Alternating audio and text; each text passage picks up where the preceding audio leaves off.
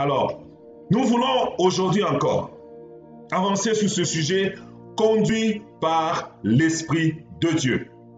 Conduit par l'Esprit de Dieu. D'entrée de jeu, j'aimerais parler que le Saint-Esprit habite en toi. Au cours de ce mois de mai, certains me diront que parce que tu as beaucoup parlé de ça, oui, j'insiste encore, que tu sois conscient que si tu es né de nouveau, même si tu n'es pas pasteur, même si tu n'es pas diacre, même si tu n'es pas évangéliste, je t'annonce que le grand Esprit de Dieu, l'Esprit qui se mouvait au-dessus des eaux, l'Esprit qui était là à la création, l'Esprit qui a créé toutes choses, et cet Esprit-là qui a marché avec les prophètes dans l'ancienne alliance, cet esprit-là qui a couvert Marie pour que Marie puisse être enceinte par la vertu du Saint-Esprit, ce même esprit-là qui était tombé sous Jésus afin qu'il puisse aller dans le désert, ce même esprit-là que Jésus a marché avec pendant 33 ans sur la terre, faisant des miracles, faisant des prodiges, ce même esprit-là qui a ressuscité Jésus-Christ d'entre les morts, quand tout le monde disait que c'était fini, quand tout le monde disait que Jésus ne pouvait pas ressusciter, ce même esprit-là l'a ramené à la vie. Ce même esprit-là habite en toi, habite en moi. Ce n'est pas une utopie, ce n'est pas une histoire que je te raconte. Tu n'as même pas besoin de prier pour l'avoir, il est déjà en toi. L'Esprit de Dieu habite en toi parce qu'il n'y a pas de salut sans le Saint-Esprit. Il n'y a pas de salut sans le Saint-Esprit. Si tu n'as pas l'Esprit de Dieu, tu n'es pas un enfant de Dieu. Tu n'appartiens pas à Jésus. Le Saint-Esprit est celui qui nous permet que nous puissions avoir ce qu'on appelle la nouvelle naissance. Il n'y a pas de nouvelle naissance sans Saint-Esprit. C'est le Saint-Esprit qui nous convainc du péché. C'est le Saint-Esprit qui fait l'œuvre de la régénération en nous. Et depuis le jour où tu as accepté Jésus-Christ comme Seigneur et Sauveur, j'ai une bonne nouvelle à t'annoncer. L'Esprit de Dieu habite en toi. Alléluia. Les gens dans l'ancienne alliance qui ont marché avec Dieu avaient l'Esprit de Dieu qui venait de temps en temps sur eux. Et ils partaient. Ils venaient sur eux. C'est comme ça que vous pouvez lire que l'Esprit de Dieu est sur toi, Samson. Et il faisait les grandes choses et puis l'Esprit partait. Et puis Samson marchait comme un homme ordinaire sans le Saint-Esprit. Quand il devait encore faire, l'Esprit de Dieu venait le prendre et le pousser à faire des choses extraordinaires, des choses quand nous lisons la Bible, on est épaté par ces choses. Mais nous avons la grâce que cet esprit-là que Samson avait, qui lui donnait la force de marcher. Cet esprit-là qui était sur Moïse, cet esprit-là qui a fonctionné avec Élie, avec Élisée, ce Saint-Esprit-là, il n'est pas en train de venir chez nous de temps en temps. L'Esprit-là habite en nous. Alléluia. Combien serait glorieux de voir la vie de Samson avec l'Esprit de Dieu à chaque minute, à chaque seconde. Il aurait aimé vivre ces choses. Mais la Bible dit, l'Esprit le saisissait. Il faisait de grandes choses et puis l'Esprit partait. Mais toi et moi, cet esprit-là de gloire, de puissance, de miracle, d'exploit, cet esprit extraordinaire, l'Esprit du Seigneur habite en toi. Quelle bonne nouvelle! Alléluia! Mais cet esprit-là est venu faire sa demeure en toi. Pourquoi? Dans l'ancienne alliance, quand quelqu'un voulait recevoir un message de la part de Dieu, l'Esprit venait et lui donnait un message ou passait par un prophète. Mais dans la nouvelle alliance, le Saint-Esprit habitant en nous, il a aussi le mandat de nous conduire. C'est ce que Jésus dit dans Jean chapitre 16, verset 13. Il dit, quand l'Esprit de Dieu viendra, il vous conduira dans toute la vérité. Donc l'une des missions du Saint-Esprit dans ta vie, ce n'est pas de rester là pour te pousser à parler en langue, c'est tout. Ce n'est pas de rester là pour que tu sentes la chaleur quand vous priez. Oh, j'ai senti, oh, le Saint-Esprit était là aujourd'hui. Non, ce n'est pas pour que tu te sentes bien quand tu priais. Oh, j'ai senti que j'étais couvert dans la présence de Dieu. Ce n'est pas juste pour ça. Le Saint-Esprit est là pour te conduire. Le Saint-Esprit est là pour me conduire. Le Saint-Esprit est là pour nous conduire. Bien-aimés dans le Seigneur, il n'est pas là pour nous conduire seulement pour des grands projets. Il n'est pas là pour nous conduire seulement pour des grandes décisions. Le Saint-Esprit est là pour nous conduire dans les moindres détails de notre vie. Voilà pourquoi il a fait sa demeure en toi. Voilà pourquoi il ne vient pas de temps en temps. Vous savez, quand nous avons nos avocats, si tu as un avocat par exemple, il n'habite pas chez toi. Quand tu as besoin d'un conseil, tu prends rendez-vous avec lui, tu vas voir ton avocat et ton avocat te conseille sur le projet que tu veux faire. Pourquoi? Parce que tu n'as pas besoin de l'avocat à tout moment dans ta vie. Tu as besoin de lui pour des grandes décisions. Tu as besoin de lui pour des grands projets. Mais le Saint-Esprit, il n'est pas là seulement pour les grands projets de notre vie. Le Saint-Esprit veut nous conduire dans les moindres détails. Je lis un livre il y a quelques années. Ceux-là qui connaissent ça, il est venu libérer les captifs avec Rebecca Brown. Cette femme marchait sous la conduite du Saint-Esprit. C'était une femme qui faisait des grandes délivrances. Un jour, parce qu'elle avait fait le Saint-Esprit son ami, même quand elle était en train de coudre, elle entendait le Saint-Esprit lui dire « J'aime t'observer coudre ». Un jour, parce qu'elle avait tellement développé cette amitié, cette complicité avec le Saint-Esprit, un jour, elle est partie travailler. Et elle avait dans sa maison une fille qui s'appelait Hélène, sur laquelle elle travaillait la délivrance. Cette délivrance-là avait pris beaucoup de temps. Un jour, quand elle est rentrée dans la maison, elle voulait ouvrir un poste de radio pour écouter la radio. Comme toi, tu ouvrirais ta télévision, comme moi, j'ouvrirais, je ne sais pas, Canal D, TVA pour écouter quoi que ce soit, ou LCN. Quand elle voulait ouvrir ce poste de radio, elle entend le Saint-Esprit lui dire « Ne touche pas à cette radio ». Il dit pourquoi? Il dit parce que Hélène, la fille qui était possédée dans sa maison, avait déjà fait un complot qu'en ouvrant cette radio, il y aurait quelque chose de malsain qui allait arriver dans sa vie. Vous voyez que le Saint-Esprit n'a pas attendu, non, l'Esprit de Dieu le conduit même dans les moindres détails. L'Esprit de Dieu nous conduit même dans les choix de nos habits. Je me rappelle dans les années 1999, j'étais dans une ville en Afrique qui s'appelle Likasi. Et un jour, je voulais aller à l'église le matin. Et j'ai préparé mes habits. Et après avoir préparé mes habits, j'étais là. Et tout à coup, j'ai commencé à passer mes habits. Quand je voulais partir, j'entends l'Esprit de Dieu me dire « Aujourd'hui, tu ne t'habilles pas avec ce pantalon-là. » J'ai dit « Ok, j'arrête. » J'ai dit « Pourquoi? Ce pantalon, je l'ai toujours porté. Qu'est-ce qui se passe? » Et le Seigneur me dit que désormais, ce pantalon, tu ne le portes plus. C'était un pantalon blanc avec comment on appelle ça? Avec une doublure à l'intérieur qui faisait que ça ne pouvait pas être transparent. Mais à force de porter ce pantalon-là, je ne m'étais pas rendu compte que ce pantalon-là, la doublure avait usé à tel enseigne qu'en portant ce pantalon, on pouvait voir au travers. Mais le Saint-Esprit avait vu ça. Et l'Esprit de Dieu m'a conduit en disant, tu ne portes plus ce pantalon-là. Cet exemple, je vous le donne pour te dire quoi? L'Esprit de Dieu dans ta vie n'est pas là pour te conduire seulement pour les décisions. Je veux me marier, je veux acheter une maison. Non, l'Esprit de Dieu veut te conduire, même dans les choses élémentaires que tu peux penser. Même t'habiller. L'Esprit de Dieu peut te dire, ne t'habille pas comme ça. L'Esprit de Dieu peut te dire, habille-toi comme ça. L'Esprit de Dieu est là pour te conduire. Bien-aimé dans le Seigneur, j'aimerais que tu déclares avec moi, j'accepte d'être conduit par l'Esprit de Dieu. Parce que c'est la volonté de Dieu, c'est la pensée de Dieu. Dieu veut que tu sois conduit par son Esprit. Lisons notre texte de base qui est dans Romains 8, verset 14. Romains 8, verset 14. Merci Seigneur. Romains 8, verset 14. Ce sera pas long, je vais arriver à mon verset. Romains 8, verset 14. La Bible dit, car tous ceux qui sont conduits par l'Esprit de Dieu sont fils de Dieu. Le Seigneur est en train de nous dire ici que toute personne qui est conduite par l'Esprit de Dieu est fils de Dieu.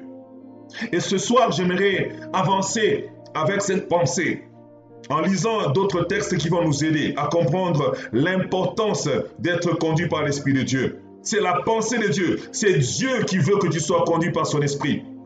Quand nous lisons le psalmiste, nous nous rendons compte que David avait compris l'importance d'être conduit par l'Esprit de Dieu. Quand vous lisez le psaume 23, que souvent nous répétons même à l'écodime, nous aimons répéter ce psaume 23. La Bible dit, l'Éternel est mon berger, je ne manquerai de rien. Il me fait reposer dans des verts pâturages. Il me dirige près des eaux paisibles. David savait que si j'ai besoin d'entrer dans le repos, j'ai besoin que le Dieu du ciel me conduise parce que lui connaît le lieu du repos. Il dit, il restaure mon âme, il me conduit dans les sentiers de la justice. David savait que si je dois conduire ma vie dans la justice, dans la crainte de Dieu, dans la sanctification, il faut que je me laisse conduire par Dieu. C'est pourquoi il dit ces choses. Il dit, il me conduit dans les sentiers de la justice. Bien-aimé dans le Seigneur, tu as besoin, j'ai besoin de me laisser conduire par le Saint-Esprit. Le Saint-Esprit ne veut pas te conduire dans un lieu de trouble, mais il va te conduire dans un lieu de repos. Le Saint-Esprit ne va pas te donner un mauvais conseil, je te rassure. Le conseil du Saint-Esprit a toujours été pour ton bien. Le conseil du Saint-Esprit a toujours été le meilleur. Même si tu ne comprends pas aujourd'hui, je te rassure que l'Esprit de Dieu travaille pour ton bien. Tôt ou tard, tu le comprendras. Vous savez, bien-aimé dans le Seigneur, j'ai cru au Seigneur Jésus-Christ depuis 1992. Je répète, 1992. Pour les Belges, c'est 1992. Et jusqu'à aujourd'hui, je peux dire et témoigner qu'il y a des choses que Dieu m'a dit de faire. Il y a des moments où l'Esprit de Dieu m'a conduit dans certaines voies que je ne comprenais pas, mais que j'avais obéi. Et je n'ai jamais regretté le fait d'avoir accepté de me laisser conduire par lui. Parce qu'il a toujours eu raison. Même quand les éléments autour de nous semblent dire qu'il n'a pas raison. Mais tôt ou tard, on donne toujours raison au Saint-Esprit. Parce qu'il est saint, il nous conduit à la sainteté. Parce qu'il connaît l'avenir. Il connaît toutes choses. Tu as besoin, j'ai besoin d'être conduit par l'Esprit de Dieu.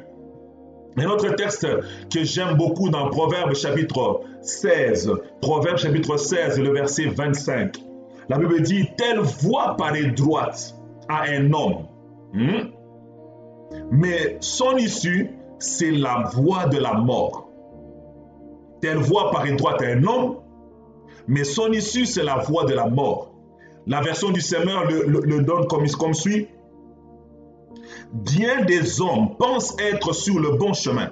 J'ai beaucoup aimé ça. Il dit, bien des hommes pensent être sur le bon chemin. Et pourtant, ils se trouvent sur une voie qui finalement mène à la mort. La Bible dit bien des personnes, ils pensent qu'ils sont sur la bonne voie. Ils disent, je crois que ce que je fais c'est correct, quoi. Même si mon pasteur n'est pas d'accord, même si ma femme n'est pas d'accord, même si mon mari n'est pas d'accord, même si mes parents ne sont pas d'accord, je crois que je suis sur la bonne voie. Et même certains, tout le monde est d'accord d'ailleurs. Et ils se disent, je suis sur la bonne voie. Mais ils sentent en eux, le Saint-Esprit leur dit, c'est pas le bon chemin. Il dit, non. Écoutez, quand même, mon père est d'accord, mon pasteur est d'accord, les hommes sont d'accord. Donc, c'est sur le bon chemin. J'aimerais nous dire, la majorité ne signifie pas la volonté de Dieu. Tu peux être dans une situation où tout le monde est d'accord avec toi, mais Dieu n'est pas d'accord avec toi. Je répète encore, la majorité ne signifie pas que tu es dans la volonté de Dieu. Si la majorité est d'accord avec toi, cela ne signifie pas que tu es dans la volonté de Dieu.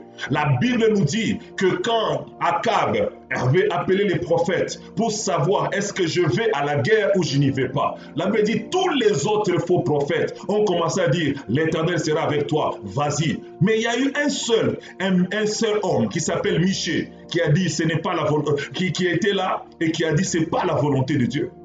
Bien-aimé dans le Seigneur. Et la suite a prouvé que Michée avait raison.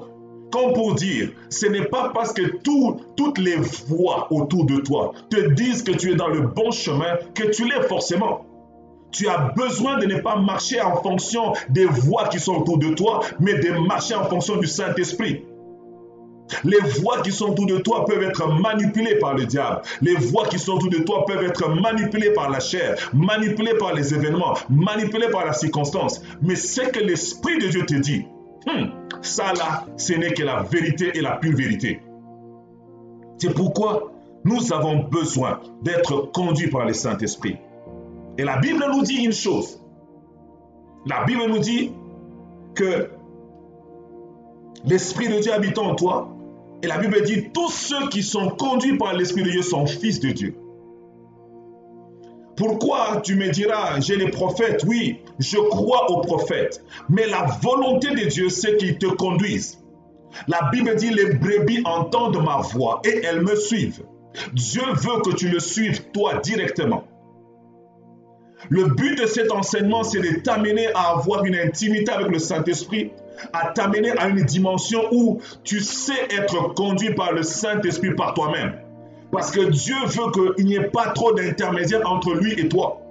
Dieu veut que tu sois à mesure de l'écouter quand il te parle.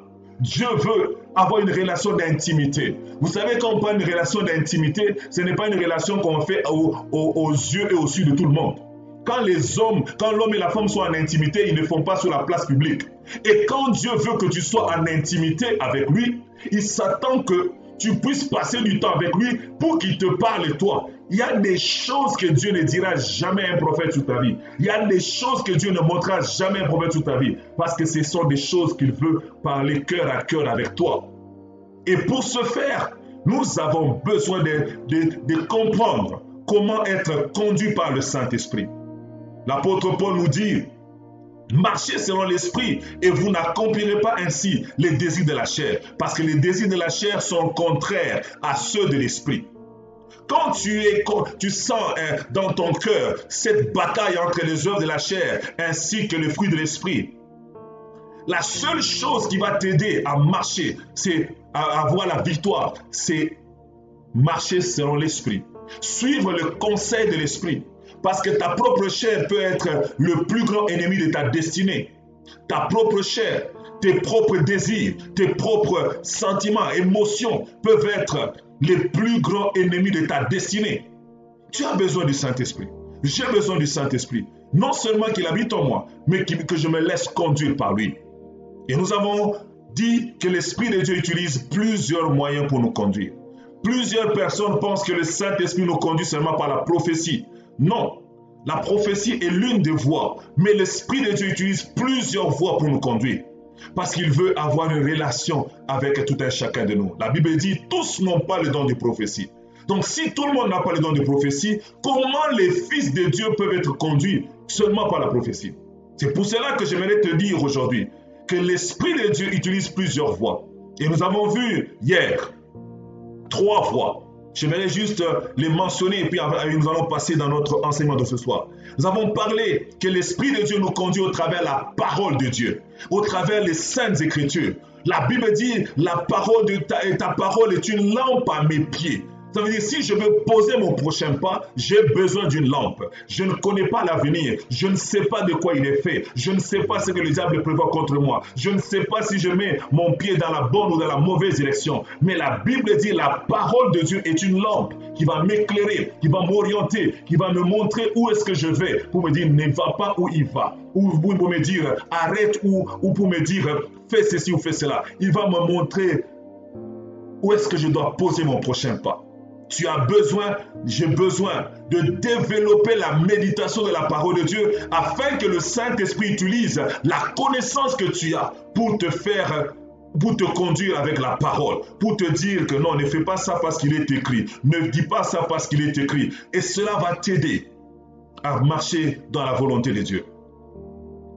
La deuxième façon que le Saint-Esprit utilise, c'est ce que nous avons appelé la voie de la conscience. Paul dit, ma conscience me rend témoignage par le Saint-Esprit. La conscience que tu as, elle a été déposée dans ta vie. La conscience, c'est ce que nous appelons la voix de ton esprit. Ton esprit, tu es un esprit ayant une âme habitant dans un corps. Et cet esprit qui est toi là, elle parle aussi. Ton corps parle par la bouche, ton âme parle par tes pensées. Quand tu es comme ça, et tu sens comme si tu conversais avec quelqu'un, ce sont les pensées de ton âme. Donc ton âme est en train de te dire des choses. Tu as des émotions, des sentiments qui montent vers toi. Ça, c'est ce qu'on appelle ton âme. Mais ton esprit aussi parle. Et il parle par quoi? Par ce qu'on appelle la voix de la conscience.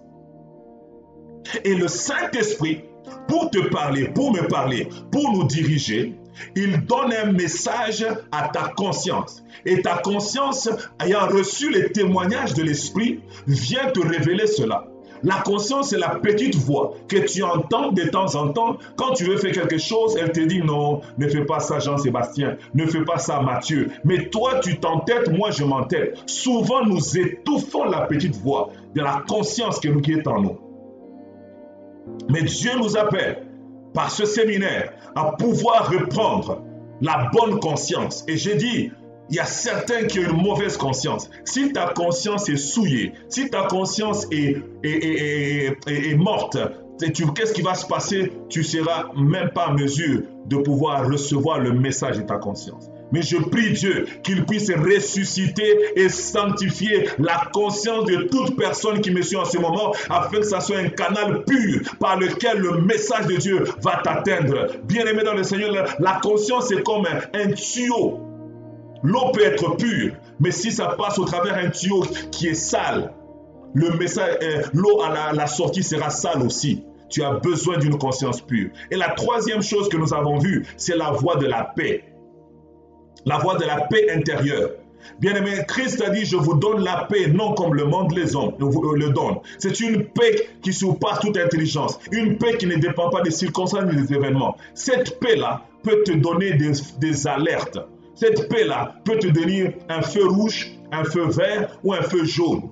Un feu rouge pour te dire arrête-toi, un feu jaune pour te dire fais attention ou bien prépare-toi à arrêter, ou un feu vert pour te dire vas-y, je suis avec toi. C'est ce que l'apôtre nous dit dans Colossiens chapitre 3 verset 15. Colossiens chapitre 3 verset 15.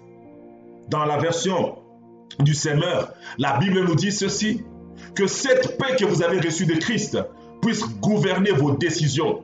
Dieu veut que la paix la gouverne ta décision. Bien-aimé, il y a quelque chose que tu sens chaque fois dans toi. Quand tu veux prendre des décisions, c'est ce qu'on appelle la paix intérieure, la paix de l'esprit. Mais deux fois, nous l'ignorons. Deux fois, nous faisons juste selon notre intelligence et nous négligeons la paix. Or, c'est la voie que le Saint-Esprit nous communique sa pensée. Et ce soir, j'aimerais parler de la quatrième façon que le Saint-Esprit utilise pour nous parler. C'est la voie des visions spirituelles. Je parle des visions spirituelles. Quand je parle des visions spirituelles, j'entends trois choses. Visions spirituelles, j'entends les songes, j'entends ce qu'on appelle les visions nocturnes, j'entends ce qu'on appelle les visions même en plein jour. Les visions spirituelles. Je ne parle pas de l'imagination, tu fermes les yeux, tu commences à imaginer des affaires. Non, je parle de ce que ton esprit humain est en mesure de saisir un message dans la sphère spirituelle au travers un songe, au travers une vision nocturne ou au travers une vision même en plein jour. C'est ce qu'on appelle les visions spirituelles. Vous savez, quand tu dors, ton corps est à l'arrêt, ton intelligence est à l'arrêt, tu ne réfléchis, tu n'es plus en train de penser à quoi que ce soit. Et là, ton esprit, il est libre pour pouvoir recevoir facilement quelque chose dans le domaine de l'esprit. C'est pourquoi, quand on rêve facilement. On peut voir un message, mais quand on prie seulement comme ça, on dit, tu as reçu un message. Non, je n'ai rien reçu. Pourquoi? Parce que quand tu es conscient, tu n'es pas endormi, il y a ta chair qui te combat, qui te dit est-ce que c'est Dieu qui te parle, et il y a la distraction. Mais quand tu es endormi, là tu es dans un état où c'est comme tous tes sens sont comme calmes. Et ton esprit est disponible maintenant pour pouvoir recevoir quelque chose dans la sphère spirituelle. Alors, j'aimerais aller dans les lectures de quelques versets pour que nous puissions comprendre. Lisons Actes chapitre 9, verset 12. Actes chapitre 9, verset 12. La Bible dit, il a vu en vision un homme du nom d'Ananias qui est entré et qui lui a posé les mains afin qu'il recouvrât la vue. Donc nous voyons ici que Paul a eu une vision. Il était chez lui. Il ne connaissait pas ce monsieur Ananias. Et tout à coup, il a une vision. La Bible ne dit pas que c'était la nuit. Donc je crois que c'était pendant le jour. Et il a eu une vision claire où il voyait un homme venir et cet homme arrivait dans sa maison, lui imposait les mains et il était conscient que cet homme s'appelait Ananias et qu'il lui a imposé les mains parce qu'à ce moment il était aveugle après avoir fait sa rencontre avec Jésus sur le chemin de Damas. Pendant 3 jours il était aveugle et dans ce temps-là il priait et à un moment donné, la Bible ne dit pas qu'il était en prière, mais la Bible dit qu'il a eu une vision. Donc c'est pour dire que tu peux avoir une vision. Dieu peut te parler par une vision. Tu peux être là, tu vois. Tu es assis comme ça, tu vois. Sans fermer les yeux, mais tu vois. Même des fois en fermant les yeux, mais tu vois. Mais tu vois des choses qui sont au-delà. Et ce type de vision, on appelle ça, on va voir une autre vision tantôt, mais ce type de vision, c'est une vision comme inactive. Donc, ce n'est pas une vision où tu interagis. Tu vois quelque chose, je vois une lampe, je vois une lumière, c'est tout. Tu n'entends pas de voix, tu ne converses pas avec quelqu'un, mais c'est juste que tu as vu. Donc ici, l'apôtre Paul voit juste une vision qui commence et qui s'achève et il n'y a pas d'interaction entre lui et la personne qui donne la vision. C'est une des façons que le Saint-Esprit nous parle. Bien-aimés dans le Seigneur, des fois nous recevons des visions et on pense que ce sont nos imaginations. Non, si tu es un enfant de Dieu, si tu es un chrétien, si tu es né de nouveau, sache que l'Esprit de Dieu est libre d'utiliser la voix qu'il veut pour te parler. Il peut utiliser la voix de la vision. Alors mon frère, n'étouffe pas la vision. Alors ma soeur, ne bloque pas la vision. Ne néglige pas ce que tu as vu. Je ne sais pas si ça vous est déjà arrivé, j'ai rencontré des gens dans mon ministère qui m'ont dit ce qui vient de se passer ici, on dirait c'est du déjà vu. On dirait que j'ai déjà vécu ça. C'est qu'à un moment donné de leur vie, ils ont vu une vision, une flash. Mais ils ont ignoré. Et après, ils arrivent dans le fait. 2 jours, 3 jours, 1 semaine, 1 mois plus tard, ils voient la réalisation de la flash qu'ils avaient vue dans leur esprit. Donc leur esprit avait capté la vision, que le message que Dieu leur avait donné, que tel incident va se passer comme ça, mais ils ont négligé. C'est comme Paul, il avait la connaissance, il a reçu une vision qui lui expliquait qu'il aurait une visite. Et quand vous lisez Actes chapitre 9 par la suite, vous allez voir qu'il a eu la visite d'Ananias. Donc des fois, tu peux être là, tu as une vision comme si tu vois sœur Albertine qui arrive chez toi, qui vient te donner des fleurs. Et puis, pourquoi je vois ça? Ah, tu laisses passer. Alors que Dieu peut être en train de te dire que tu auras la visite d'Albertine dans 2 jours et qu'il va te donner des fleurs. Le Saint-Esprit utilise ces voix. C'est nous qui négligeons. La Bible dit, Dieu parle tantôt d'une manière, tantôt d'une autre, mais c'est l'homme qui ne prend point garde. Ça, c'est la vision. On appelle ça une vision spirituelle. Parce que ce n'est pas ton mental qui le fait. Ce n'est pas ta chair qui le fait. Mais c'est l'Esprit lui-même qui va te donner. Et nous avons ce qu'on appelle la vision nocturne. Lisons Actes chapitre 18, versets 9 à 10. La Bible dit, le Seigneur dit à Paul en vision pendant la nuit, ne crains point, mais parle, ne te tais point, car je suis avec toi et personne ne mettra la main sur toi pour te faire du mal. Parle, car j'ai un peuple nombreux dans cette ville. Je vais lire encore un autre verset et puis je vais commenter. Acte 16, verset 9. Ça veut dire, pendant la nuit, Paul eut une vision. Un Macédonien lui apparut et lui fit cette prière, passe en Macédoine, secours-nous. Nous voyons par ces 2 textes que dans la première, dans Acte chapitre 9, Paul a une vision, il n'est pas endormi, il a juste une vision. Il était peut-être en prière, mais il n'était pas endormi. Mais dans les 2 textes suivants, Acte 18, 9 à 10 et Acte 16, verset 9, ici la Bible précise que c'était pendant la nuit. Pendant la nuit, Paul eut une vision. Pendant la nuit, Paul a reçu le message du Seigneur en vision. Pendant la nuit. Donc dans son sommeil, C'est ce qu'on appelle un songe ou une vision nocturne. Tu vas me dire, pasteur, c'est quoi la différence entre songe et vision nocturne? Un songe, c'est que tu dors et c'est tout. Mais une vision nocturne, c'est que tu es comme en demi-sommeil. C'est comme tu penses que c'est comme si tu vivais la réalité de ce que tu vois. Tu n'es pas vraiment endormi, mais tu es comme éveillé et c'est une vision. Mais on l'appelle nocturne parce que tu es comme dans un état de sommeil. Alors, la Bible nous dit ceci, qu'il peut nous parler par des visions spirituelles. Je viens de nous donner 3 textes qui nous ont démontré que Dieu peut nous parler par des visions spirituelles. Le Saint-Esprit peut utiliser, il a un message à te donner, il n'est pas obligé de passer par les autres voies, il peut choisir de passer par la voie des visions spirituelles. Alors j'aimerais t'exhorter mon frère, j'aimerais t'exhorter ma soeur, de ne pas limiter le Saint-Esprit dans une seule voie. Quand tu cherches la face de Dieu, ne mets pas le Saint-Esprit dans une prison, ne mets pas le Saint-Esprit dans un coin. Tu dis, je suis là, Saint-Esprit, parle-moi par la Bible. Et tu prends ta Bible et tu dis, Saint-Esprit, parle-moi. Tu ouvres comme ça et puis tu tapes ici. Ok, tu regardes comme ça. Ok. Non, bien-aimé dans le Seigneur. Ne force pas au Saint-Esprit de te parler par la Bible. Laisse libre le Saint-Esprit de te parler de la façon et de la manière qu'il veut. Il y a des gens qui ont utilisé la Bible comme étant le moyen par lequel le Saint-Esprit les parle. Et ils ont commis aussi des erreurs.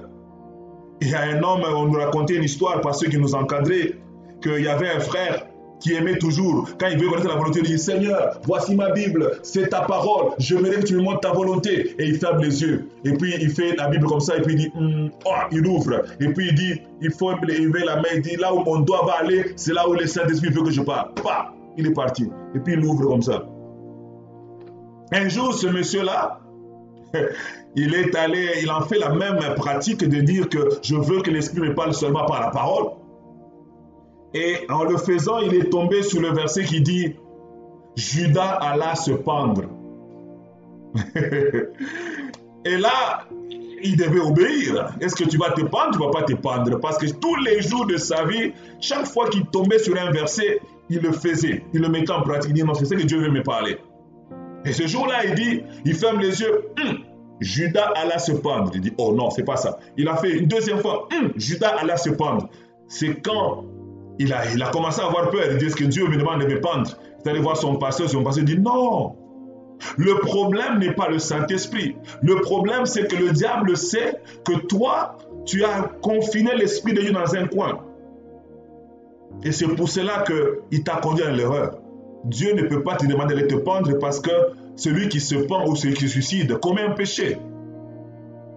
Donc, bien aimé dans le Seigneur, j'aimerais répéter que nous sommes en train d'apprendre les voies par lesquelles le Saint-Esprit nous parle, mais j'aimerais que chacun de nous ne puisse pas choisir une voie, mais que tu laisses le Saint-Esprit choisir la voie qu'il veut pour te parler. Ça peut être par les Écritures, ça peut être par le témoignage intérieur, ça peut être par la paix, ou ça peut être par les visions spirituelles.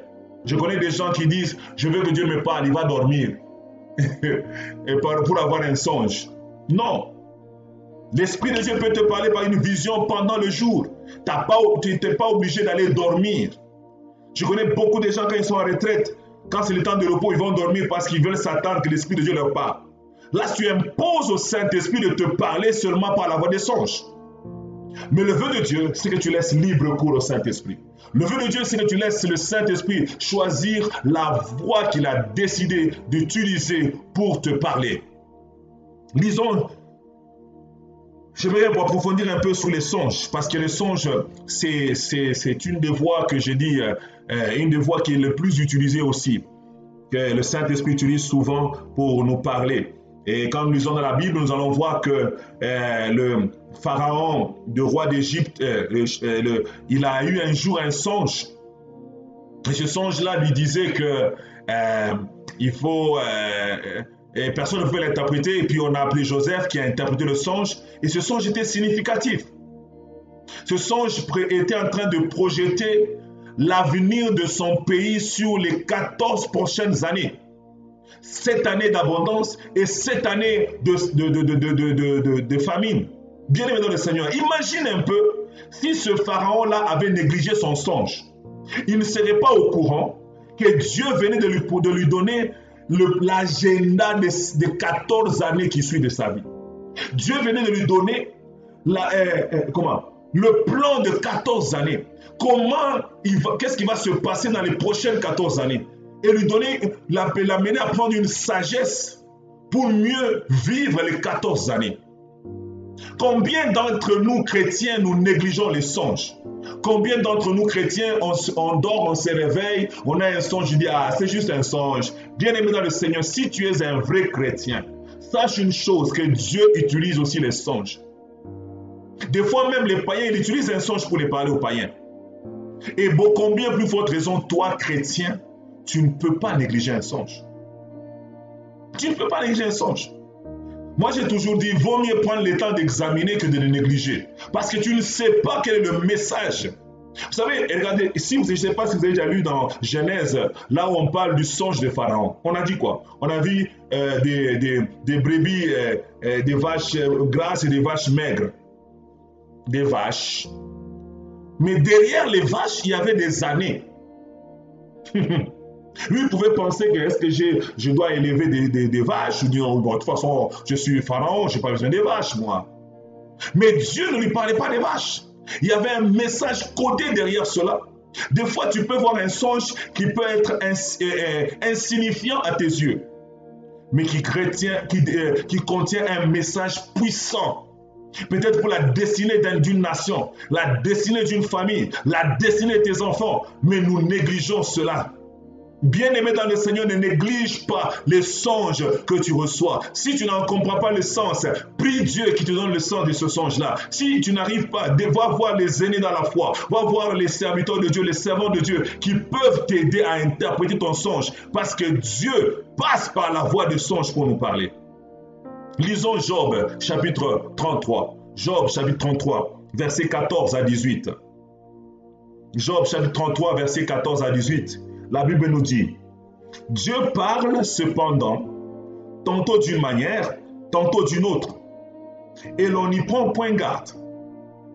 Il parle par des songes. Écoutez, verset 15, il dit, Dieu parle par des songes. Mon frère, ne néglige pas.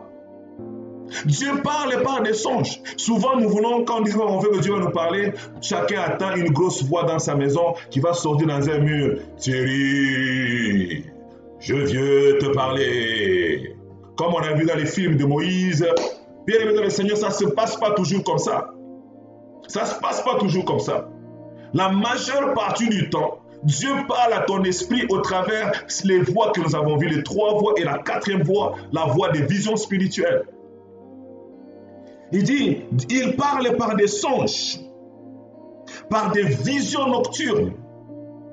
Quand les hommes sont livrés à un profond sommeil, quand ils sont endormis sur leur couche, quand tu dors là, tu es dans un profond sommeil, Dieu vient te parler. Bien-aimé dans le Seigneur, ne néglige pas les songes. Je répète, j'insiste. Pendant que je préparais ce message, le Seigneur m'a dit, insiste là-dessus. Il y a des gens qui sont en train de me suivre. Il y a des hommes, il y a des femmes qui attendent de grandes révélations de la part de Dieu. Alors que Dieu les a déjà parlé il y a longtemps. Mais dans un songe qu'ils ont négligé. Dans un songe qu'ils ont mis à la poubelle. Dieu parle par des songes, mon frère, ma soeur. Dieu parle par des songes, j'insiste. Je prie Dieu que tu négliges plus tes songes. Je prie Dieu que tu ne mettes pas tes songes à la poubelle. Je prie Dieu que tu te souviennes de tes songes quand tu te réveilles. Je prie Dieu pour cela. J'aimerais connaître l'attitude du roi de Babylone. C'était un païen. Il fait un songe et il se réveille. Il sait qu'il a fait un songe. Comme des fois, toi aussi, tu te réveilles, tu es conscient que tu as fait un songe. Mais après qu'il soit réveillé, au lieu d'agir comme toi et moi, on dit, bon, j'ai fait un songe, mais je l'ai oublié. En tout cas, si Dieu veut, il va me parler. On parle avec négligence et légèreté. Mais cet homme était tellement sérieux qu'il a dit, réunissez-moi tous les sages du pays. On a réuni les sages, tous les magiciens. Il dit, j'ai fait un songe. Je sais que ces songes-là avaient une signification. Je le sais, je le sens en moi-même. Bien-aimé, quand tu fais un songe, surtout un songe venant de Dieu, quand tu vas te réveiller, tu vas sentir que ce songe a un sens, même si tu ne le comprends pas. Mais tu sentiras que l'Esprit de Dieu va interpeller ta conscience. Il y a quelque chose qui est renfermé dans ce songe. Il y a un code secret dans ce songe. Cet homme se lève, ce roi, il appelle les gens, il dit, trouvez-moi mon songe ainsi que son interprétation. Les gens disent, ah, en tout cas, tu exagères, maître le roi. Donne-nous quand même le songe, après on peut l'interpréter. Sinon c'est impossible. Il dit non, non et non. Je veux avoir mon songe, et quand vous allez me dire mon songe, si je dis que c'est celui-là, alors vous allez l'interpréter. On a même appelé Shadrach, Meshach, ainsi que Abednego, ainsi que Daniel, qui étaient aussi des hommes remplis de l'esprit. Ce qui m'intéresse, vous connaissez la suite, Shadrach, Daniel est allé prier Dieu pour que Dieu révèle le songe. Là, il y a deux éléments que j'aimerais ressortir là-dessus, bien-aimés. Le premier élément, c'est l'intérêt du roi de vouloir revoir son songe. Il voulait à coûte que coûte revoir son songe. Il voulait que Dieu lui parle encore. Il voulait que s'il y a quelqu'un qui saisit la pensée de Dieu quelque part, un prophète ou qui que ce soit, il avait la soif de connaître le songe et son contenu. Que beaucoup de chrétiens, nous n'avons plus cette soif-là, de comprendre les songes que Dieu est en train de nous accorder. Bien-aimés dans le Seigneur, beaucoup de grands prophètes que vous connaissez, Dieu ne leur parle pas des songes. Il dort, il voit quelque chose de grand, il sort, il dit ainsi par l'Éternel. Beaucoup que vous connaissez, des grands hommes de Dieu que vous connaissez, Dieu ne les parle pas des songes. Même dans la Bible, les grands prophètes que vous connaissez, les Nathan, tous ces grands prophètes-là, quand vous méditez, vous allez voir qu'une partie de leur ministère prophétique, ils recevaient les messages dans des songes. Mais nous sommes une génération où nous négligeons les songes. Bien-aimé dans le Seigneur, ne néglige pas tes songes. La deuxième chose que je veux te faire sortir, c'est que Daniel a compris que c'était important. Et Daniel est allé chercher la face de Dieu pour que Dieu révèle le songe qu'il avait donné au roi et son interprétation. Ce qui m'intéresse ici, c'est que Daniel est allé chercher Dieu. Il n'a pas trouvé que c'était une démarche inutile. Deuxièmement, vous allez dire, Daniel, bon, il avait peur de sa vie, on allait les tuer, peut-être c'est pour ça, pasteur, ce n'est pas parce que c'est important. Ok, mais pourquoi Dieu vient répondre à cela? C'est parce que Dieu sait que c'est important. C'est pourquoi j'aime dire, quand tu as fait un songe et que tu l'as oublié, prie Dieu. Dis, Seigneur, je veux. Quand tu veux, c'est là, Dieu est capable de te ramener le même songe ou il est capable d'en parler à quelqu'un d'autre pour venir t'expliquer le songe et donner l'interprétation. Je prie que Dieu nous amène à avoir le désir de ne pas négliger nos songes. La Bible nous dit ceci. J'ai toujours Job 33. Maintenant, là, je lis encore à partir du verset 16. Alors, il dit, quand les hommes sont endormis sur leur couche, alors il leur donne des avertissements. 1. Donc, au travers des songes, Dieu peut donner des avertissements. 2. Il met un sceau à ses instructions. Si tu avais quelque chose, tu te dis, est-ce que c'est la volonté de Dieu, c'est pas la volonté de Dieu, Dieu peut mettre un sceau. 2. Il dit, il détourne l'homme du mal. Dieu peut venir te donner des instructions qui vont te permettre de ne pas faire de mal, de te faire échapper de mauvaises décisions, de mauvaises choses que tu aurais pu faire. 3. De les préserver de l'orgueil. 4. De garantir leur âme de la force. 5. De garantir leur vie des coups de glaive. Il peut y avoir des attaques dans ta famille. Tu ne sais pas, il y a des sorciers de ta famille qui sont déjà levés contre toi. Mais Dieu peut te montrer ça dans un songe. Qu'il y a des sorciers dans ta famille. Il y a des choses qui se passent dans ta maison. Dieu peut te montrer ça dans un songe. Mais nous négligeons. Bien-aimé dans le Seigneur, ma prière pour toi est que Dieu te rende sensible à tous les messages qu'il t'envoie au travers de tes songes ou au travers des visions nocturnes. Mais pour y arriver, bien-aimé, l'Ecclésiaste nous dit quelque chose. Ecclésiaste chapitre 5. Verset 2 ou verset 3 selon les versions. Ecclésiaste 5, verset 2. La Bible dit, car Si les songes naissent de la multitude des occupations, la voix de l'insensé se fait entendre dans la multitude des paroles. La Bible dit, les songes naissent de la multitude des occupations. Les songes naissent de la multitude des occupations. Ce qui est dangereux, c'est qu'il faut qu'avant d'aller te coucher, si tu veux que ton esprit soit capable ou soit disposé à capter le message de Dieu, il faut que ton esprit soit bien préparé aussi. Nous allons le voir demain, comment préparer son esprit à recevoir ou à être capable de saisir toutes les voies, que le Saint-Esprit utilise pour nous parler. Ton esprit humain est très important. Il faut le développer, il faut l'éduquer. Et l'une des choses qu'on fait quand on a besoin d'avoir des songes qui viennent de Dieu, c'est d'éviter, avant de dormir, de regarder ou d'écouter des choses qui n'édifient pas, des choses qui peuvent souiller ta mémoire, des choses qui peuvent remplir ta préoccupation.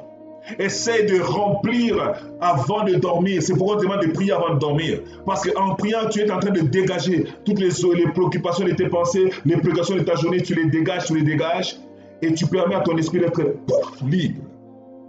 Et quand tu vas dormir, ton esprit sera disposé à recevoir le message de Dieu au travers des songes. Mais si ton esprit est pollué, c'est comme si le terrain est pollué. Quand l'Esprit de Dieu voudra venir déposer le message, ça trouvera comme le terrain est miné.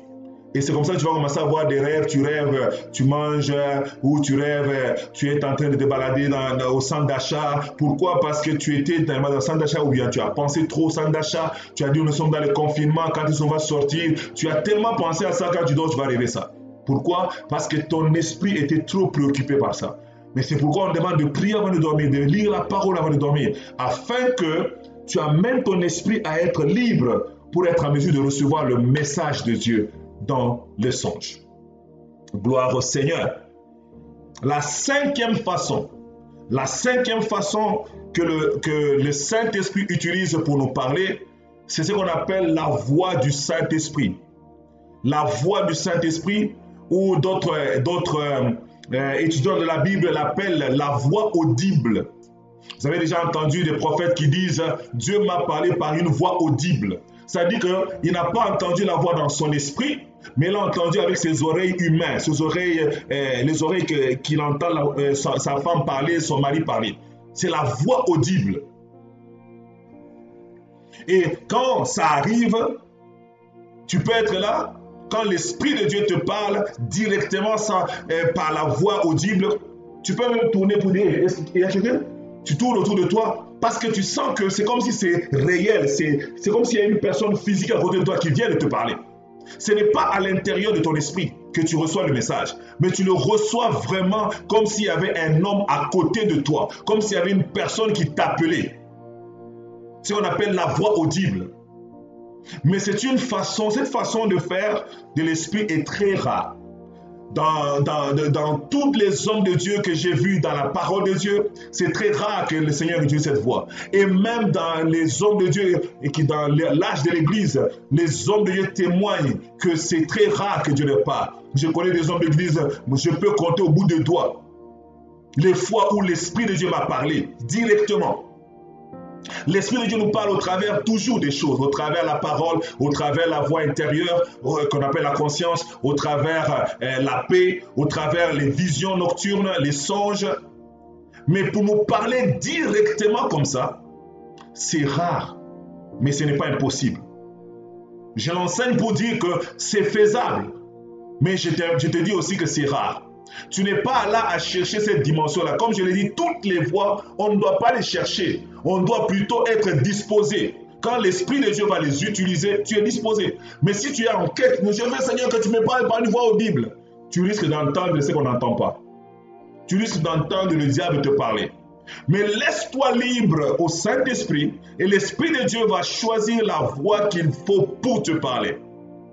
Alors nous parlons de la voix du Saint-Esprit. La voix audible. Actes chapitre 10, versets 19 à 20. Actes chapitre 10, versets 19 à 20. La Bible dit, quand Pierre était à réfléchir sur la vision. Là, quand vous lisez ce texte au début, on dit que Pierre était tombé en extase.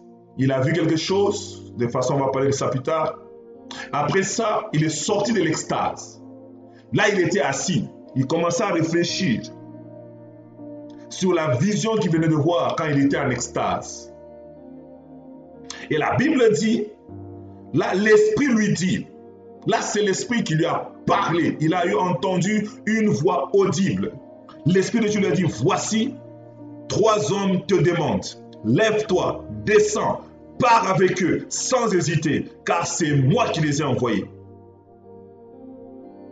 Donc tu entends une voix. La distinction entre la voix intérieure que je vous ai parlé, la voix de la conscience, et la voix du Saint-Esprit, c'est que la voix de ta conscience, c'est comme une petite voix. C'est pourquoi on dit toujours la petite voix intérieure. Elle parle trop doucement. Mais la voix du Saint-Esprit, elle est distincte de cette voix-là par son autorité. Quand l'Esprit de Dieu te parle, c'est avec autorité. Il dit, descends, va, n'hésite pas de partir, car c'est moi qui les ai envoyés. Il y a l'autorité qui vient quand l'Esprit de Dieu te parle de manière audible. Tu sens une autorité. Dans mon ministère, depuis que je suis chrétien, depuis 1992, je suis chrétien jusqu'à aujourd'hui, j'ai entendu ça une fois dans ma vie, une fois seulement. Et j'étais à Londres. On était dans une veillée et l'Esprit de Dieu m'a parlé de manière audible une fois dans ma vie. Mais toutes les autres fois, le Saint-Esprit me parle, mais pas comme ça. Parce que le Saint-Esprit n'utilise pas souvent cette voix-là. Et juste pour vous donner une illustration, on peut lire 1 Samuel chapitre 3 pour voir comment l'Esprit de Dieu était en train de parler de façon audible. Et vous allez voir la réaction quand l'Esprit de Dieu te parle de manière audible, surtout quand tu n'es pas encore habitué de ça, comment ça se passe. Regardez 1 Samuel chapitre 3, versets 4 à 5. Non, on peut dire 1 Samuel 3, 4 à 10. La Bible nous dit quoi? Alors l'Éternel appela Samuel. Et il répondit, me voici. Et il courut vers Élie et dit, me voici car tu m'as appelé. Élie répondit, je n'ai point appelé. Retourne te coucher. Il alla se coucher. L'Éternel appela une seconde fois Samuel. Samuel se leva et alla vers Élie. Et il dit, me voici car tu m'as appelé. Et Élie répondit, je n'ai point appelé. Mon fils, retourne te coucher. C'est la deuxième fois ici. Samuel ne connaissait pas encore l'Éternel et la parole de l'Éternel ne lui avait pas encore été révélée. L'Éternel appela de nouveau Samuel pour la troisième fois. Samuel se leva, alla vers Élie et dit, me voici car tu m'as appelé. Élie comprit que c'était l'Éternel qui appelait l'enfant. Et il dit à Samuel, va, couche-toi, et si l'on t'appelle, tu diras, parle Éternel, car ton serviteur écoute. Samuel alla se coucher à sa place. L'Éternel vint et se présenta et il l'appela comme les autres fois. La quatrième fois encore, il dit, Samuel, Samuel. Et Samuel répondit, parle, car ton serviteur écoute. Vous voyez ici que Samuel n'avait pas une vision. Ce n'était pas dans une vision qu'il entendait qu'on lui parlait. Parce que vous voyez la réaction, il est allé même vérifier si c'était Élie qui lui parlait. Parce qu'ils étaient de deux dans la maison. Mais il entend une voix audible qui l'appelle Samuel, Samuel. La voix était claire. Il savait que ça ne peut pas être une vision. Je n'ai pas rêvé, mais j'ai entendu qu'on m'a appelé. C'est comme ça que se manifeste la voix audible. Quand Dieu te parle, quand le Saint-Esprit te parle de manière audible, tu as la sensation qu'il y a un humain qui te parle à côté de toi. Tu sais qu'on vient de te parler. Et je vous dis, je connais un homme de Dieu qui m'a dit, un grand homme de Dieu, qui a dit, Dieu lui a parlé dans 44 ans de ministère. Dieu lui a parlé 4 fois seulement, de cette façon-là. C'est une façon qui n'est pas courante, mais que Dieu utilise quand même. Alors j'aimerais que tu comprennes que la voix audible est une des façons que le Saint-Esprit utilise pour parler à quelqu'un. Il y a des fois, des gens peuvent dire, j'ai écouté la voix audible, mais ils confondent avec la voix intérieure. Quand c'est la voix audible, mon frère, je te dis la vérité, tu vas sentir l'autorité qui accompagne cet appel-là. Tu vas sentir l'autorité du Saint-Esprit qui est différente de la voix de ta conscience. Ce n'est pas à l'intérieur que tu le sens. Tu sens la voix audible qu'on t'appelle et on te dit quelque chose à faire.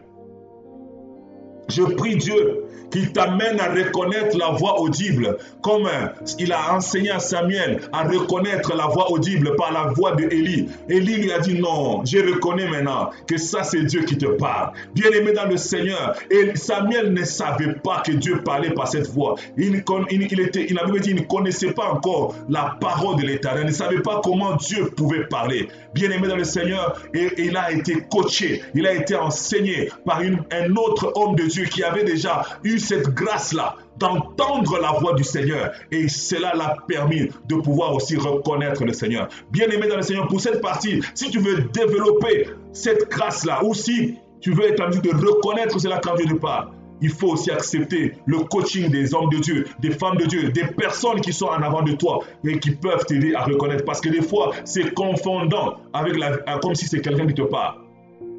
J'avais un frère avec qui on a grandi quand on était jeune. Quand une fois Dieu l'avait appelé comme Samuel ici, il a commencé à avoir peur parce qu'il se disait non, est-ce que j'entends des fantômes ou quoi? Mais il n'y avait pas de fantômes, c'était le Saint-Esprit qui lui parlait. C'est le Saint-Esprit. Et aujourd'hui, j'aimerais aller finir avec la 6e façon. Nous allons voir les autres façons demain. Mais j'aimerais parler du 6e point. Ce que j'ai intitulé les visions et manifestations spectaculaires. Visions et manifestations spectaculaires. Le Saint-Esprit nous conduit, comme on l'a vu, par la parole de Dieu. Il nous conduit par la voix de notre conscience. Il nous conduit par la voix de la paix intérieure.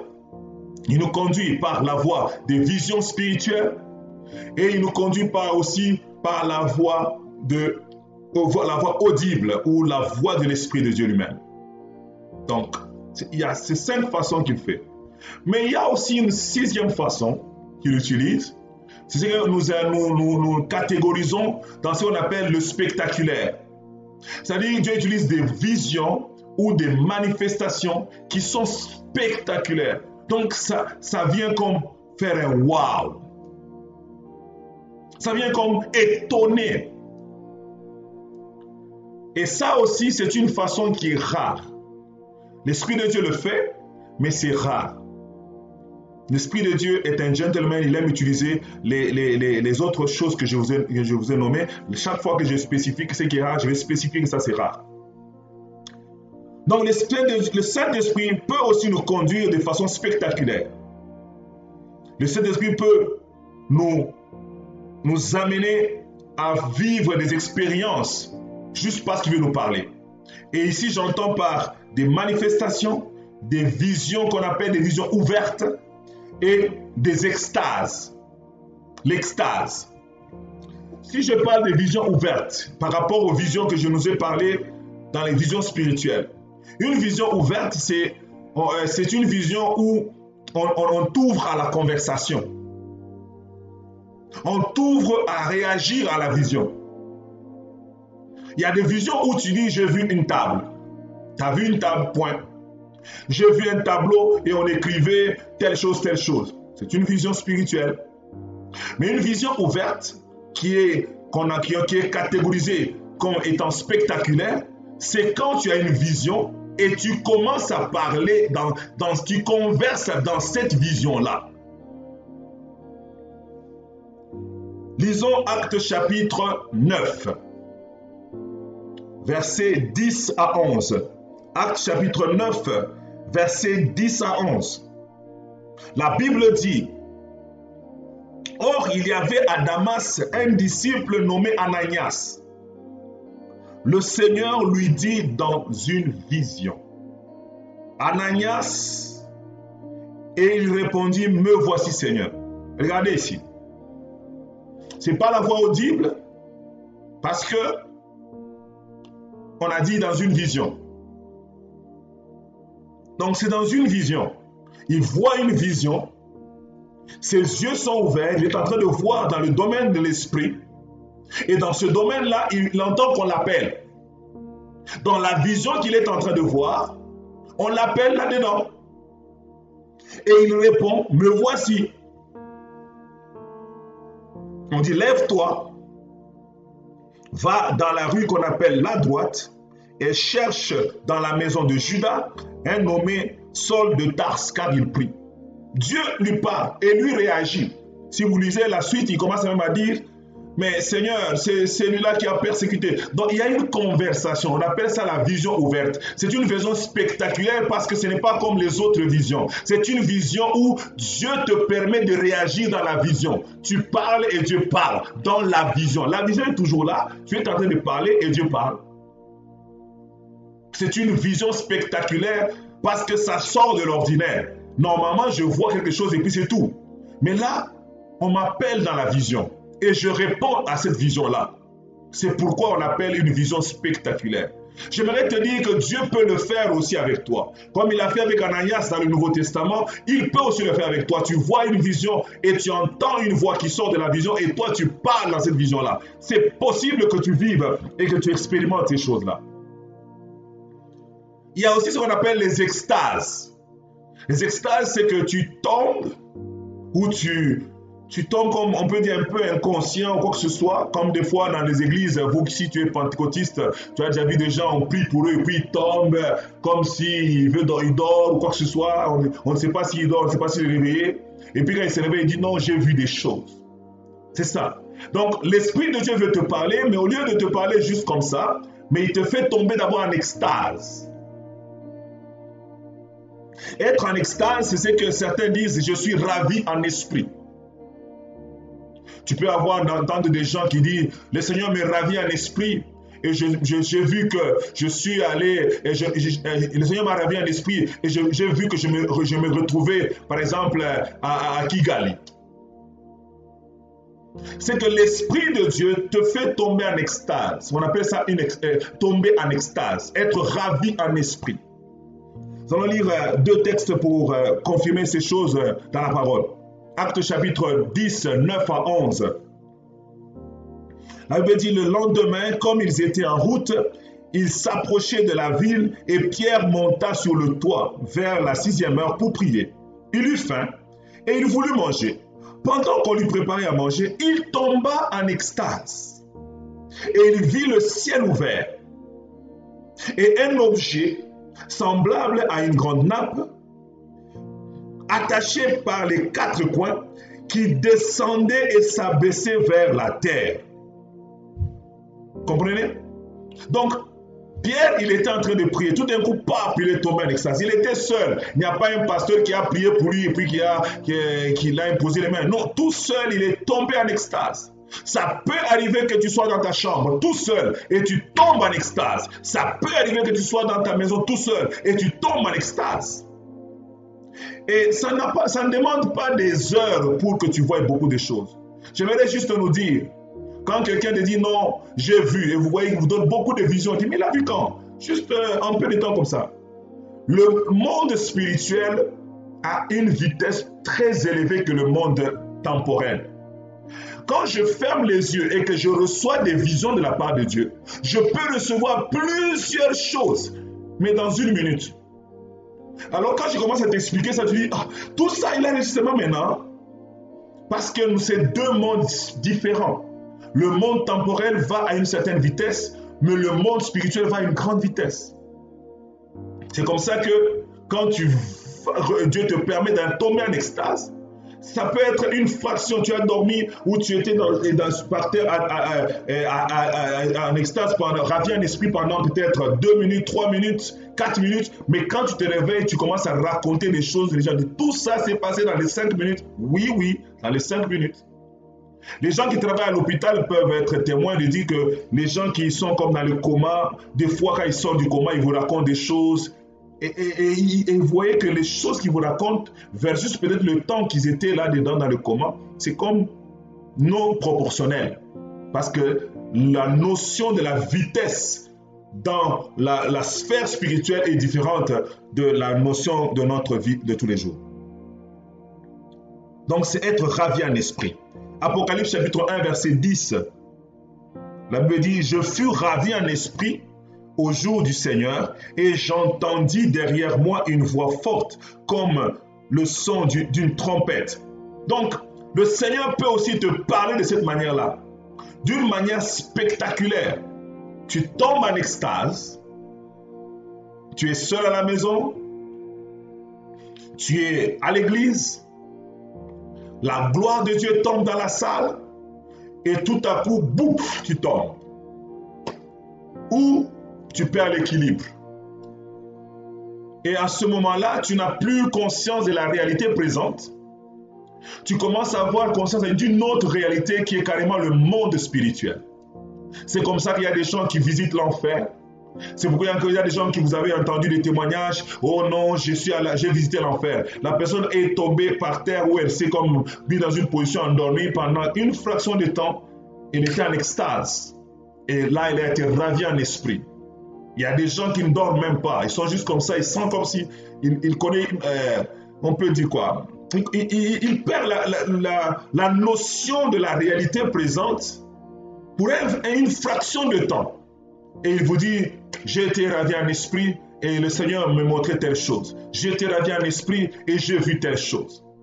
C'est ce qu'on appelle une manifestation surnaturelle. Dieu pouvait nous parler juste comme ça, par la voix de la conscience. Dieu pouvait nous parler par montrant une image. Mais Dieu a choisi, le Saint-Esprit a choisi de le mettre en extase avant de lui expliquer la chose. C'est comme l'histoire de Pierre. Pierre, Dieu pouvait lui dire seulement, va chez Corneille. Mais le Saint-Esprit savait, connaissant Pierre, que la voie qui va être préférentielle pour que Pierre comprenne le message, il faut qu'il tombe en extase. Il faut que je fasse quelque chose qui sort de l'ordinaire parce que Pierre n'allait pas accepter d'aller chez Corneille parce qu'il savait que les Juifs ne pouvaient pas aller chez les païens. Pierre était vraiment ancré dans la doctrine juive. Il savait que je ne peux pas faire ça. Je ne peux pas. Mais il fallait une manifestation spectaculaire du Saint-Esprit pour l'amener à comprendre que non, ça c'est Dieu qui veut vraiment. Et c'est comme ça que Pierre, quand il est sorti de cette extase-là, il a commencé à réfléchir et il a compris quand Dieu lui a dit n'appelle pas impur ce que moi je déclare pur. Et Pierre a commencé à réfléchir. Et quand Corneille est venu, c'était très facile pour lui d'obtempérer à la volonté de Dieu parce qu'il avait eu ça d'une façon spectaculaire. La troisième façon dans le spectaculaire, c'est les manifestations. Il y a des manifestations spectaculaires qui peuvent arriver. Dieu veut te parler, mais tu sens que des choses spectaculaires se passent autour de toi. Dieu peut aussi le faire. Mais c'est aussi rare. Ce n'est pas une loi, ce n'est pas une règle. Ce n'est pas que ça doit être tous les jours. Mais ça arrive. J'aimerais juste que tu sois préparé, que l'Esprit de Dieu est libre de te conduire aussi de cette façon-là. Ne dis pas au Saint-Esprit, je ne veux pas cette façon-là. Non. L'Esprit de Dieu nous connaît, nous tous. Il sait que pour Thierry, et pour telle situation, pour tel message, pour que Thierry puisse vraiment être sûr que c'est moi qui lui parle, ça doit être spectaculaire dans ce cas-ci. Donc c'est important de se laisser conduire par l'Esprit de Dieu et de ne pas lui imposer la voie par laquelle il doit te parler ou il doit nous parler. Allons dans Actes chapitre 9. Actes chapitre 9, verset 3 à 7 plutôt. Actes 9, verset 3 à 7.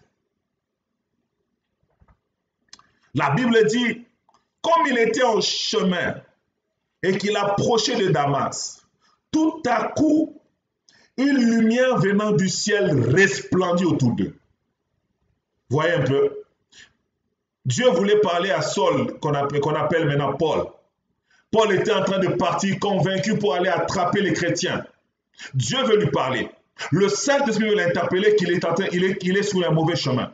Au lieu juste de lui dire, même dans un songe, arrête de faire ça. Mais Dieu a choisi de faire quelque chose de spectaculaire, de faire des manifestations autour de Paul, avant même de lui parler. Première chose, là on me dit, il y a une lumière, pouf, qui sort du ciel, une grosse lumière. je me suis toujours posé la question. La Bible dit une lumière venant du ciel resplendit autour de lui. Mais quand il était en train d'aller sur son chemin, il y avait la lumière, non? Il y avait la lumière du soleil que nous connaissons tous les jours. Paul n'était pas dans un train. Paul était dehors. Il y avait la lumière du soleil, il y avait la lumière des étoiles, il y avait la lumière qui était là, la lumière du jour. Mais quand la Bible précise qu'une lumière venant du ciel resplendit autour d'eux, c'est qu'il y a une forte lumière qui n'est pas naturelle. Une lumière forte que tout le monde a compris que ça, c'est extraordinaire. C'est quelle lumière ça? Il n'y a pas un projecteur ici, il n'y a pas un phare ici, il n'y a pas une voiture qui vient ici avec ses phares allumés. Mais d'où vient cette lumière? C'était spectaculaire. Tous ceux qui étaient là ont été émerveillés par cette lumière. La deuxième chose de spectaculaire que Dieu fait, la Bible dit au verset 4, il tomba par terre. Donc Paul tombe par terre. Au lieu que Dieu lui parle tout simplement, Dieu choisit de le mettre à terre. Pap. Troisièmement, la Bible dit, il entendit une voix. Au lieu que Dieu puisse lui parler par la voix de la conscience, par les rêves, Dieu utilise encore quelque chose de spectaculaire. Pap. Il entend une voix qui lui disait, Saul, Saul, pourquoi me persécutes-tu? Et il répondit, qui es-tu, Seigneur? Le Seigneur lui dit, je suis Jésus que tu persécutes. Il te serait dur de régimer contre les aiguillons de Dieu. La Bible dit, tremblant et saisi de froid. Donc, même ça a créé aussi même un environnement qui avait saisi les émotions et les sentiments de Paul. Il commençait à trembler lui-même. Il était saisi de froid. C'est pour te montrer que c'était un événement spectaculaire. Quand vous lisez la vie de Paul, il n'a jamais oublié cette rencontre-là. C'était quelque chose de spectaculaire. Même quand il était devant le roi Agrippa, il en parlait encore. Parce que c'était spectaculaire. Dieu, pour lui parler, il a choisi une voix spectaculaire pour lui parler. Il y a eu la lumière, il y a eu le fait qu'il soit tombé, il y a eu la voix qu'il a entendue. Il a eu le fait qu'il sentait comme une peur respectueuse. Il savait que c'était le Seigneur. Il n'a même pas dit le diable. Il a dit, qui es-tu, Seigneur? Il savait que c'était le Dieu vivant qui était là. Il avait conscience sans qu'on l'enseigne. Lui-même, il était sûr que, waouh, je sens Dieu. Il avait dit, les hommes qui étaient autour de lui étaient stupéfaits. Ils étaient étonnés. Parce que c'était spectaculaire. La Bible dit, ils entendaient bien la voix, mais ils ne voyaient personne. C'était spectaculaire. Dieu peut utiliser des choses comme ça. Tu es dans ta maison et une forte lumière resplendit. Tu vois une forte lumière dans un coin. Une forte lumière soudain dans ta maison ou dans ta voiture. Tu peux voir des choses. Tu peux être là, tout d'un coup, paf, tu tombes. Et Dieu commence à te parler là quand tu es à ras de sol. Dieu peut utiliser, tu sens que la gloire de Dieu remplit ta maison et tu commences à trembler, tu commences à confesser tes péchés toi-même, sans qu'on te demande que c'est le mois de la repentance. Parce que tu es tellement devant la sainteté de Dieu. Et toi-même tu commences à trembler parce que tu sais que je suis devant la majesté de Dieu. La Bible dit Ésaïe avait connu cette expérience. Il a commencé à trembler et dit, je vais mourir parce que j'ai vu Dieu. C'était une rencontre spectaculaire. Et la Bible dit, le Seigneur a pris une pierre chauffante et il a purifié les lèvres d'Ésaïe, le prophète, pour dire que tu ne mourras pas. Il y a des rencontres spectaculaires comme ça que Dieu peut faire pour te communiquer un message, pour te conduire. Il décide d'utiliser la voix spectaculaire. Et c'est ce que Paul a connu ici. Une voix spectaculaire. Mais souvent les chrétiens, nous voulons ça. Nous aimons ça. Et quand on dit conduit par l'Esprit de Dieu, je suis sûr que quand tu entendais ce titre-là ou quand tu l'avais lu, tu voulais expérimenter ça. Beaucoup de chrétiens, nous voulons seulement ça. Mais j'aimerais te faire comprendre que le Saint-Esprit utilise cette façon-là rarement pour plusieurs raisons. Parce que si c'est très facile que la Bible dit l'ange, le diable peut se transformer en ange de lumière. Ne cherchons pas trop le spectaculaire, laissons Dieu décider quand on est prêt de vivre le spectaculaire ou non. Parce que quand tu cherches trop le spectaculaire, le diable va t'en donner. Lui, il peut t'en créer même. C'est très facile. Il peut se transformer en ange de lumière. Je connais un ami, un serviteur de Dieu qui est au Swaziland. Quand nous étions au pays, un jour, il était dans sa chambre et Satan est venu. Satan est venu. Il a vu un ange. Il était là assis, il se couchait et puis tout d'un coup il se réveille, il voit dans un coin un ange habillé en blanc. Mais il a commencé à avoir peur, non pas comme une crainte respectueuse, comme dire que le Seigneur est devant moi, je suis un pécheur, non. Il sentait la peur comme si sa vie, il allait mourir. Il sentait comme si on allait lui faire du mal. Et tout à coup, le Saint-Esprit lui a fait comprendre que ça, c'est pas moi, oh, c'est pas moi là du tout. Et il a pris autorité, il a dit, au nom de Jésus, sors! Et cet ange de lumière là, paf! Et il s'est transformé en son vrai visage. Il a vu comme un démon, comme ça. Et ça, il a compris que c'est Satan, il a chassé, et puis l'esprit est parti. C'est juste pour te faire comprendre que le diable peut faire des spectaculaires.